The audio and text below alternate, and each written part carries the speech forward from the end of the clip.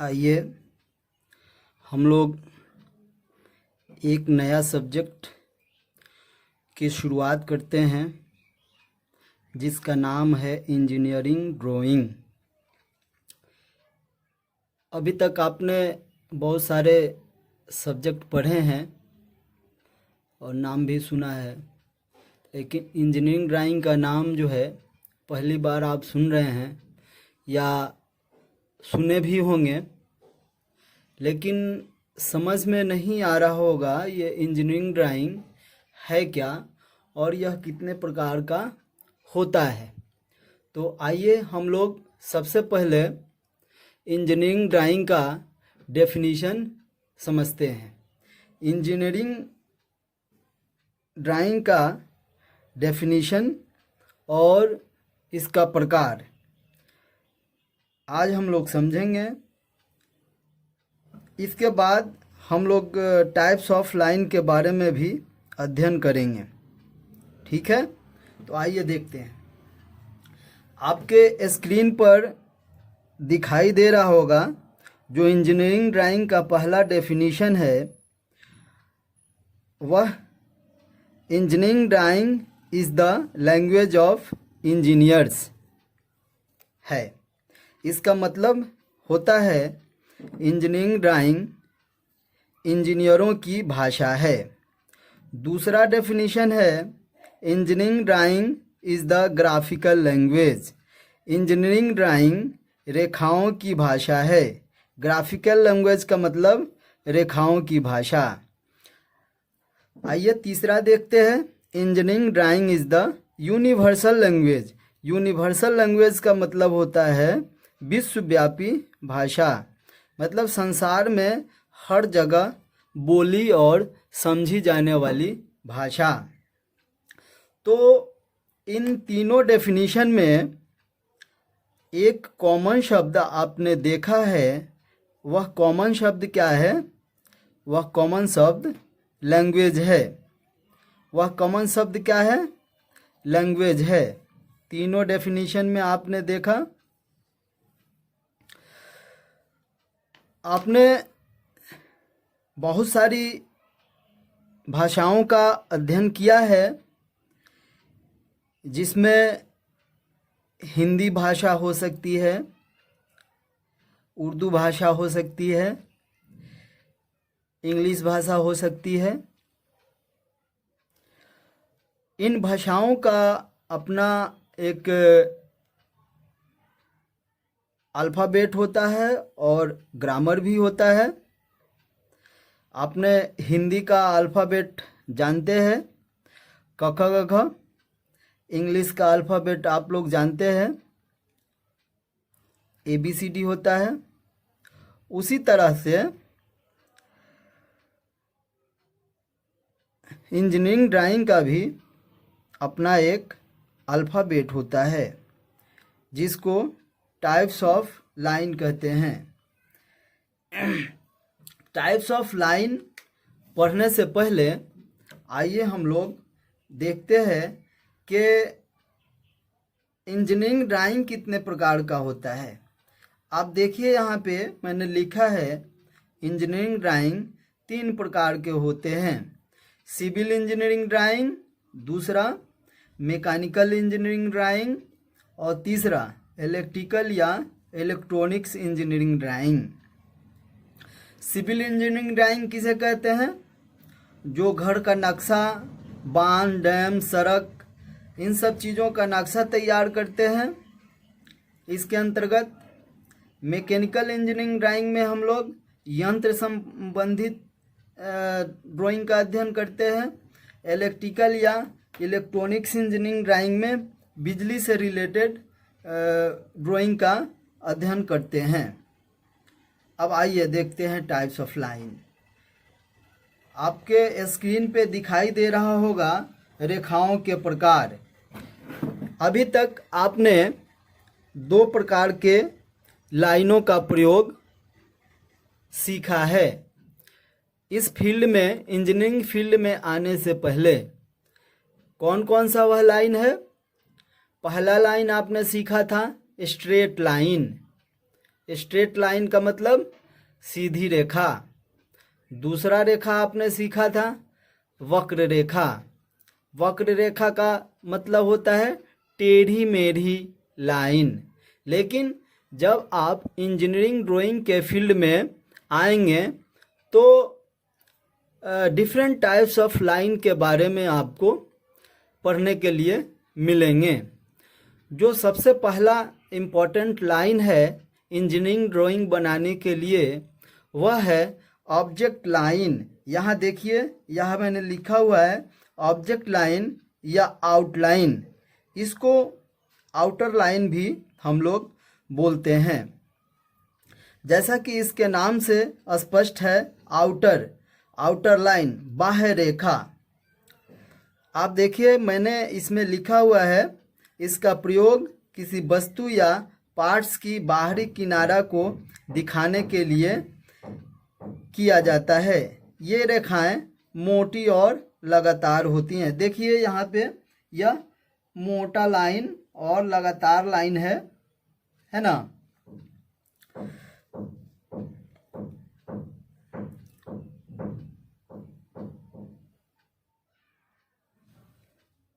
अब सवाल यह उठता है कि बाहरी किनारा किसे कहते हैं।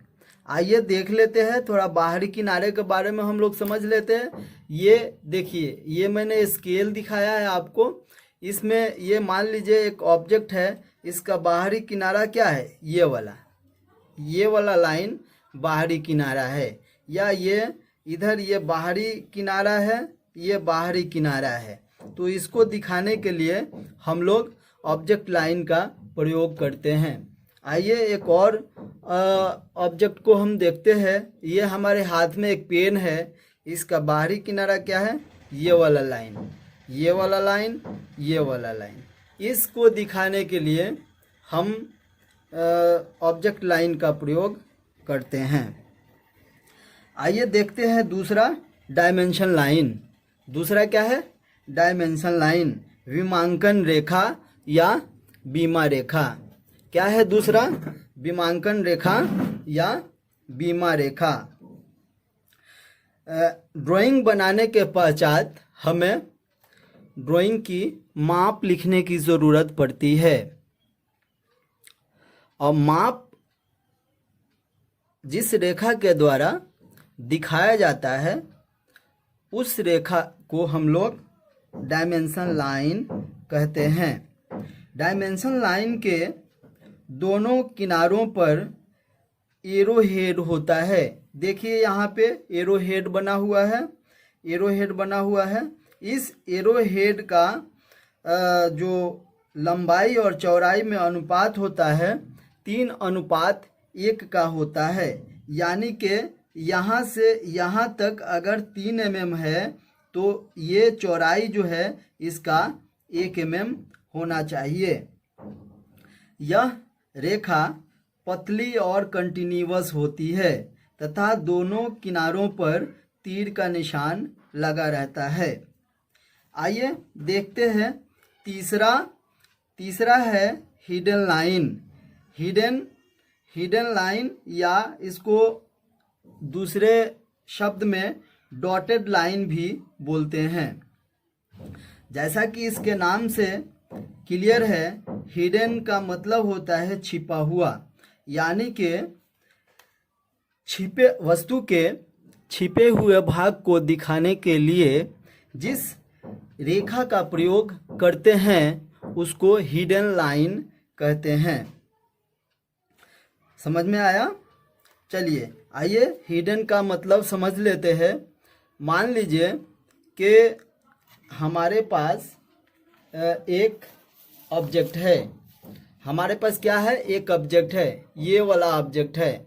इस ऑब्जेक्ट के ऊपर अगर मैं इस पेन को रख रहा हूँ तो ये छुपा हुआ पेन नहीं कहलाएगा। लेकिन जैसे ही इसको मैं नीचे लगा देता हूँ, नीचे चिपका देता हूँ, यह छुप जाएगा।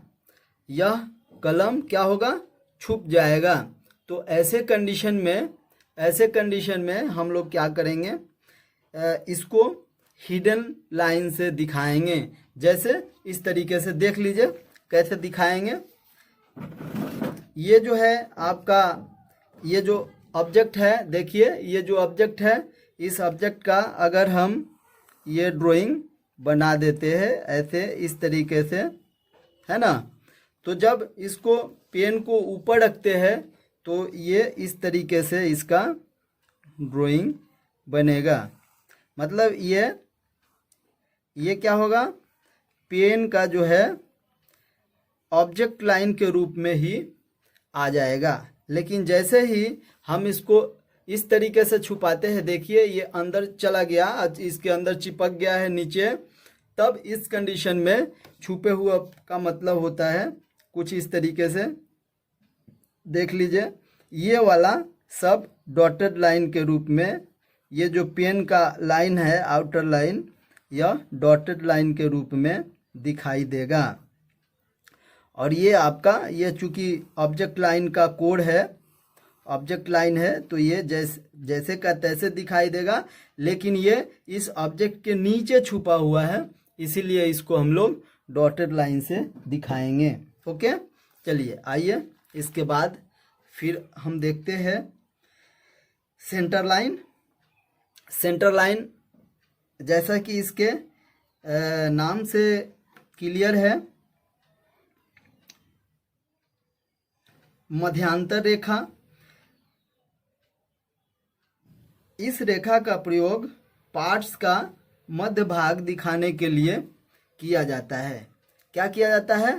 पार्ट्स का मध्य भाग। जैसे मान लीजिए कि हमारे पास कोई एक पार्ट्स है, ये हमारे पास ये वाला पार्ट्स है, ये हमारे पास एक पार्ट्स है, इसका मध्य भाग हमको, मध्य भाग ये हुआ, ये वाला मध्य भाग हुआ, तो इसको दिखाने के लिए हम सेंटर लाइन का प्रयोग इस तरीके से करते हैं। ओके, ये सेंटर लाइन का प्रयोग करते हैं। एक और उदाहरण से देख लेते हैं हम लोग।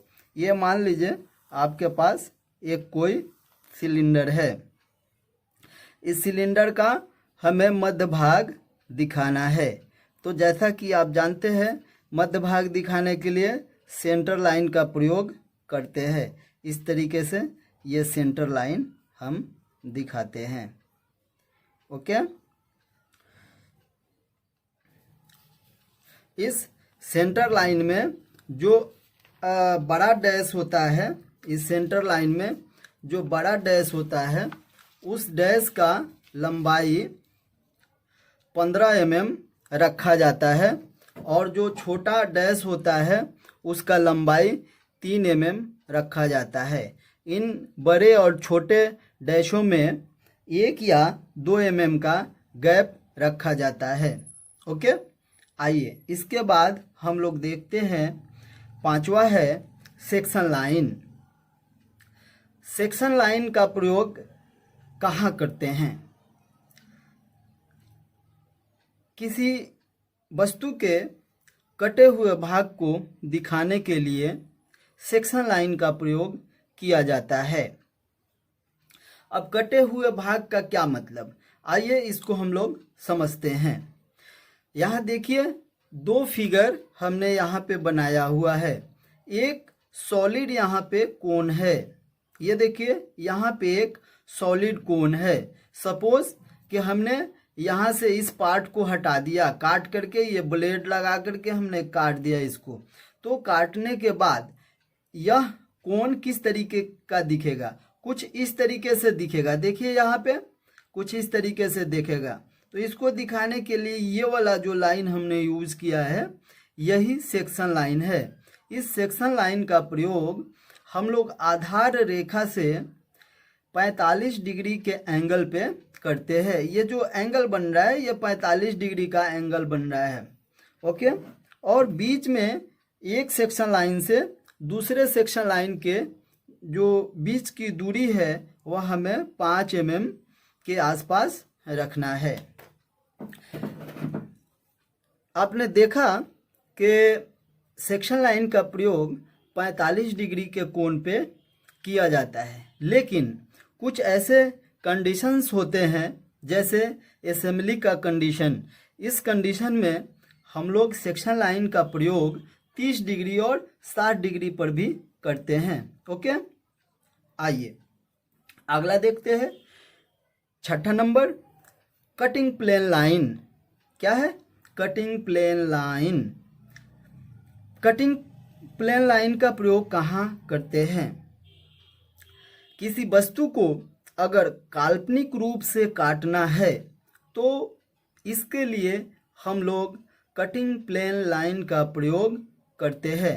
जैसे ये फिगर देखिए, यहाँ जो हमने एक कोण बनाया है, एक शंकु बनाया है। इस शंकु को हमने एक लाइन से हमने काट दिया है। तो ये काटने का जो तरीका है ये तरीका गलत है। प्रॉपर तरीका क्या है? कुछ इस तरीके से हम काटेंगे शंकु को। देख लीजिए, यहाँ पे देखिए, यहाँ पे ये हमने एक शंकु बनाया है, शंकु बनाया है, शंकु बना दिया। इसको काल्पनिक रूप से हमें काटना है तो ऐसे डायरेक्ट नहीं काटेंगे।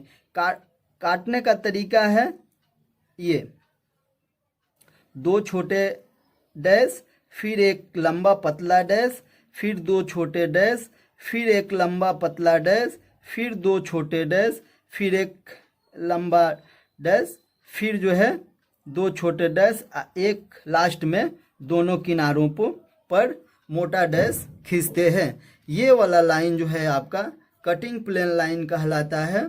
इस लंबे डैश का जो लंबाई होता है यह 15 mm होता है। लंबे डैश का जो लंबाई है वह 15 mm होता है और छोटे डैश का जो लंबाई है वो 2 से 3 mm होता है तथा बीच में 1 mm का गैप होता है। ओके, चलिए यहाँ देख लीजिए, वही चीज़ मैंने बना दिया है।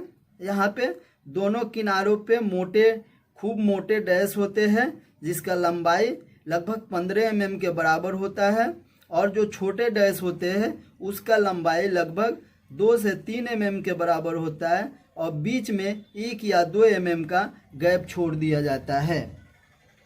आइए देखते हैं, सातवां देखते हैं, शॉर्ट ब्रेक लाइन। ये देखिए यहाँ शॉर्ट ब्रेक लाइन। इसका प्रयोग ड्राइंग में छोटे पार्ट्स की ब्रेक तोड़कर दिखाने के लिए इसका प्रयोग ड्राइंग में छोटे पार्ट्स की ब्रेक या तोड़कर दिखाने के लिए किया जाता है। ओके, इसे फ्री हैंड खींचा जाता है। देखिए यहाँ पे फ्री हैंड हमने ऐसे खींचा है। यह डार्क तथा कंटिन्यूअस लाइन होती है। डार्क होगा काला और कंटिन्यूअस मतलब लगातार लाइन होता है। मोटा, डार्क और कंटिन्यूअस। ओके, आठवां देखते हैं, लॉन्ग ब्रेक लाइन। इस रेखा का प्रयोग लंबे ब्रेक दिखाने के लिए किया जाता है। यह एक पतली तथा सतत रेखा का मतलब कंटिन्यूअस रेखा होती है। इसमें सीधी रेखा को बीच में उचित अनुपात में 2, 3 या उससे अधिक जगहों पर जिगजैग या जेड आकार में बनाया जाता है, इसलिए इसे जिगजैग लाइन भी कहा जाता है। देखिए जिगजैग लाइन है, 2-3 जगहों पे हमने इसको ब्रेक कर दिया है, यहाँ तोड़ दिया है।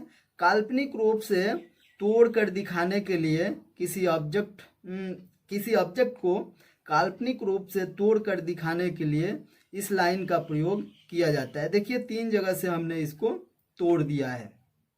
ओके, चलिए आगे देखते हैं, एक्सटेंशन लाइन। इस लाइन का प्रयोग डायमेंशन लाइन के साथ ही किया जाता है। देखिए ये डायमेंशन लाइन है, ये डायमेंशन लाइन है। इस डायमेंशन लाइन के साथ एक छोटी लाइन दोनों किनारों पे इस तरीके से खींचा गया है, इसी को हम लोग एक्सटेंशन लाइन कहते हैं।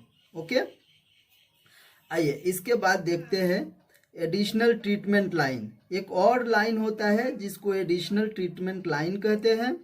यह मोटी तथा लंबी चेन लाइन होती है जिसका प्रयोग वस्तु पर किए गए इलेक्ट्रोप्लेटिंग तथा क्रोम प्लेटिंग इत्यादि को दिखाने के लिए किया जाता है। मतलब कि ऑब्जेक्ट पे एक इंजीनियरिंग प्रोसेस होता है जिसको इलेक्ट्रो प्लेटिंग या क्रोम प्लेटिंग कहते हैं। ये क्रोम प्लेटिंग किसी दूसरे धातु के स्टील वगैरह पे एक प्लेटिंग चढ़ाई जाती है जिसको क्रोम प्लेटिंग कहा जाता है। ये स्टील की तरह हो जाता है क्रोम प्लेटिंग चढ़ाने के बाद। इस पे ग्राइंडिंग मार देने पे यह स्मूथ सरफेस हो जाता है। इस चीज़ को दिखाने के लिए हम लोग एडिशनल ट्रीटमेंट लाइन का प्रयोग करते हैं। इसको समझ लीजिए किस तरीके से करते हैं। मान लीजिए कि यहाँ पे ये आपका कोई शाफ्ट है, शाफ्ट का ड्राइंग है, ये कोई शाफ्ट है, ठीक है। यहाँ कोई शाफ्ट है, ये आपका कोई शाफ्ट है, ओके। हमको यहाँ पे इस सरफेस पे क्रोम प्लेटिंग चढ़ाना है, तो इसको यहाँ से इस तरीके का हम लोग ऐसे मोटा लाइन से दिखाते हैं और यहाँ पे हम लोग इसका गहराई लिख देते हैं। जैसे 0.5 mm गहरा क्रोम प्लेटिंग चढ़ाना है तो यहाँ पे 0.5 mm डीप लिख देते हैं। क्रोम प्लेटिंग लिख देंगे या इलेक्ट्रो प्लेटिंग लिख देंगे, ठीक है। इससे पता चल जाता है कि सरफेस के ऊपर हमें क्रोम प्लेटिंग करना है या इलेक्ट्रो प्लेटिंग करना है, ओके। तो इस तरीके से हम लोग जो है डिफरेंट टाइप्स ऑफ लाइन के बारे में हम लोगों ने स्टडी किया है। अब हम लोग देखते हैं कि लाइनों को खींचते समय या ड्राइंग बनाते समय कौन कौन सा सावधानी रखना है, उसके बारे में हम लोग अभी अध्ययन करेंगे। आइए देखते हैं। यहाँ मैंने डिटेल लिख दिया है। देखिए, रेखा खींचते समय ध्यान रखने वाली सावधानियाँ। पहला क्या है, सभी ऑब्जेक्ट लाइन एक समान मोटाई की होनी चाहिए। जितना भी ऑब्जेक्ट लाइन आप खींचते हो, एक ड्राइंग में या एक ऑब्जेक्ट का कई सारा आउटर लाइन होता है जिसको ऑब्जेक्ट लाइन बोलते हैं। अब उस ऑब्जेक्ट का जितना भी ऑब्जेक्ट लाइन खींचना है उसका मोटाई एक समान होनी चाहिए। दूसरा देखते हैं, सेंटर लाइन को ड्राइंग के अनुपात में ही खींचनी चाहिए। इसको लंबे डैश से शुरू कर लंबे डैश पर ही ख़त्म करना चाहिए। सेंटर लाइन जैसे अभी मैंने आपको बताया था, आइए फिर देख लेते हैं। ये आपके पास एक सिलेंडर है, देखिए इस सिलेंडर का हमने सेंटर लाइन दिखाया है। यहाँ पे हमने लंबे डैश से शुरुआत किया है और लंबे डैश पे ही इसको ख़त्म किया है। लंबे डैश से शुरुआत किया है और लंबे डैश पे ही ख़त्म किया है। इसके बाद आइए देखते हैं तीसरा नंबर, सेंटर लाइन को ड्राइंग से 5 मिलीमीटर तक बाहर की ओर बढ़ाकर खींचना चाहिए। कुछ इस तरीके से देखिए, यहाँ पे ये जो ऑब्जेक्ट लाइन है, ये सिलेंडर का ऑब्जेक्ट लाइन है, ये बाहरी लाइन है आपका। यहाँ से 5 mm से ज़्यादा नहीं होना चाहिए। जो डिस्टेंस है 5 mm से ज़्यादा नहीं होना चाहिए। ये जो डिस्टेंस है यहाँ से, ये 5 mm से ज़्यादा बाहर नहीं निकला हुआ होना चाहिए, ओके। आगे देखते हैं 4 नंबर, डॉटेड या हिडन लाइन को सही अनुपात तथा बराबर डैश द्वारा तैयार कर इनके बीच लगभग 1 या 2 mm का गैप देना चाहिए। डॉटेड या हिडन लाइन मतलब छुपे हुए भाग को जो हम लोग दिखाते हैं उसको 1 या 2 mm का उसमें गैप देना चाहिए। किसमें? डॉटेड या हिडन लाइन में। आइए 5वां देखते हैं, एक्सटेंशन लाइन को आउटर लाइन से लगभग 2 mm का गैप देकर एक्सटेंड कर देना चाहिए। देखिए क्या कह रहे हैं यहाँ पे, एक्सटेंशन लाइन को आउटर लाइन से लगभग 2 mm का गैप देकर एक्सटेंड करना चाहिए। इसको आइए समझते हैं। मान लीजिए कि आपके पास यह एक किसी ऑब्जेक्ट का ड्राइंग है। इस ड्राइंग का कोई ना कोई माप होगा, तो चलिए हम माप यहाँ ले लेते हैं। इसका माप ले लेते हैं। माप क्या है, यहाँ पे हम माप ले लेते हैं। इसका माप मान लीजिए कि ये 75 mm है। कितना है? 75 mm है। अब ये जो कह रहा है यहाँ पे कि 2 mm का गैप देकर एक्सटेंड करना चाहिए। यहाँ पे ये जो ऑब्जेक्ट लाइन है, इस ऑब्जेक्ट लाइन से यहाँ 2 mm गैप छोड़ के यहाँ से शुरुआत करना है। यहाँ देखिए 2 mm का गैप छोड़ा है, यहाँ से शुरुआत करना है और ये मैक्सिमम यहाँ 2 mm तक ही निकलना चाहिए। ये जो एक्सटेंशन लाइन है डायमेंशन लाइन से 2 mm से ज़्यादा नहीं निकलना चाहिए। आइए इसके बाद अगला देखते हैं। छठा, कंस्ट्रक्शन लाइन पतली तथा काफ़ी हल्की होनी चाहिए। कंस्ट्रक्शन लाइन इसमें मैंने नहीं बताया है आपको, चलिए इसके बारे में भी समझ लेते हैं। कोई भी ऑब्जेक्ट जब हम लोग ऑब्जेक्ट का ड्राइंग तैयार करते हैं तो पहले हम उसका कंस्ट्रक्शन करते हैं। कंस्ट्रक्शन हल्के लाइनों से पहले करते हैं और जब यह कंफर्म हो जाते हैं कि मैंने जो ड्राइंग बनाया है वह सही बन गया है, तब जा कर के हम लोग उसको डार्क लाइन या जिसका जो रिक्वायरमेंट होता है वैसा लाइन खींचते हैं। तो पहले कंस्ट्रक्शन करने के लिए जो लाइन हम लोग यूज करते हैं उसको कंस्ट्रक्शन लाइन कहते हैं। आगे देखते हैं। यह पतला लाइन होता है। कंस्ट्रक्शन लाइन बिल्कुल बारीक और हल्की होनी चाहिए जो सिर्फ आप ही को दिखाई दे। 7वां, प्रत्येक रेखा को खींचते समय उसकी स्टैंडर्ड थिकनेस को ध्यान में रखकर खींचने चाहिए। समझ में आ रहा है? आपके पास 10 या 11 तरह का लाइन है। इस लाइन का, हर लाइन का अपना अलग थिकनेस होता है। उस थिकनेस के अनुसार ही रेखा को खींचना चाहिए। जैसे ऑब्जेक्ट लाइन अगर आप खींच रहे हैं तो ऑब्जेक्ट लाइन को हमेशा थिक खींचना है, मोटा खींचना है और डार्क खींचना है, कंटिन्यूअस खींचना है। इस ऑब्जेक्ट लाइन का मोटाई जो है, थिकनेस, इसका लगभग 1.2 mm के आसपास होता है। ओके। सभी रेखाओं को हम लोग 3 तरह से बांट करके अध्ययन करते हैं। एक जो है पहला थिक लाइन। इंजीनियरिंग ड्राइंग में पहला जो है थिक लाइन और दूसरा मीडियम लाइन और तीसरा थिन लाइन का प्रयोग, मतलब पतली रेखा का प्रयोग करते हैं। इस तरीके से पूरी इंजीनियरिंग ड्राइंग थिक, थिन और मीडियम लाइन के ऊपर आधारित है। जो लाइन जहाँ पे जैसा ISO मांगता है उसी तरह का लाइन हमें खींचना चाहिए। अगर ऐसा नहीं करते हैं तो ड्राइंग की क्लैरिटी ख़राब हो जाएगा और यह माना जाता है कि आपको इसका इंजीनियरिंग ड्राइंग का अल्फ़ाबेट या ग्रामर सही से पता नहीं है। ओके। इस तरीके से हम लोग टाइप्स ऑफ लाइन को ख़त्म किए। अगला जो चैप्टर हम आपको बताएंगे वह होगा इंजीनियरिंग ड्राइंग इंस्ट्रूमेंट।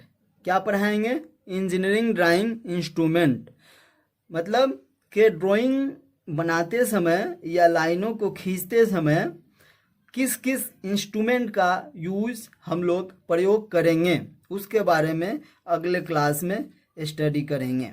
ओके, धन्यवाद। आज का चैप्टर ख़त्म हुआ। फिर अगले क्लास में हम लोग इंजीनियरिंग ड्राइंग इंस्ट्रूमेंट के बारे में स्टडी करेंगे। Okay, thank you.